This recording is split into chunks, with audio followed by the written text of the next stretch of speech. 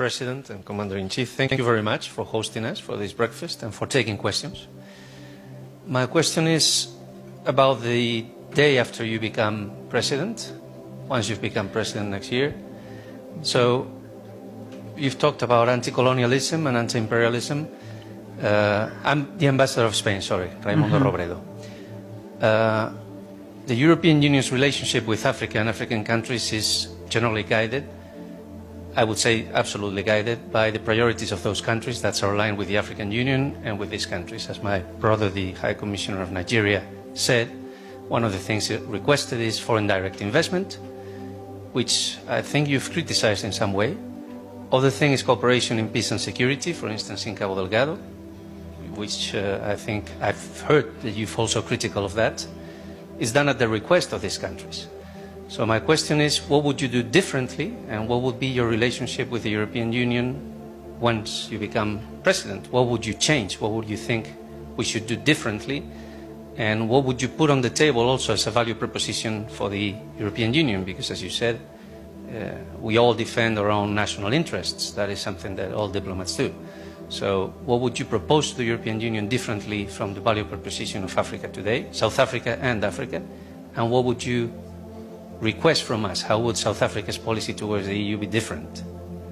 Also regarding trade, for instance, the preferential trade agreements, TDCA or AGOA with the US, would you change that? Thank you. The same thing with the European Union. Don't say, what are we going to ask from you? That's a big brother mentality. What are you going to ask from us? Yes, don't say, why should it be us who are asking? We're not asking for anything. We're fine. So let's relate as equals, not as a beggar and the big brother supplier. No, we will relate with the European Union. It's a necessary body. We'll relate with it, we'll respect it, and the respect must be mutual, and will engage on what is in the interest of our countries, not what is in the interest of the European Union. We're in a mess now. We've decommissioned our power stations because countries like the USA, like the UK have said to us, no, do away with these things. We are going to introduce green energy. Here's the money and all of that. People took the money. There is no electricity today. So we ought to relate as equals so that no one imposes their ideas on us.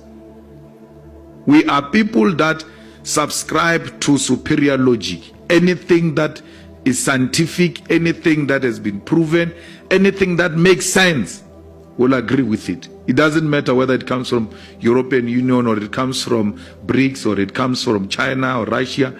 No, we will not agree with anything that seeks to belittle us and make us look like we are beggars in this kind of a relationship. So that's the same with AGOA. You can't use AGOA to threaten us in terms of our sovereignty and our foreign policy. That if you are going to bring Putin here and not defy, will do away with AGOA. You can do away with AGOA. We remain with our sovereignty. Should you strip us of our dignity because we are desperately looking for AGOA? That our foreign policy is now determined somewhere else. Which nation can be proud of that? That our foreign policy is determined somewhere because we are beneficiaries of AGOA.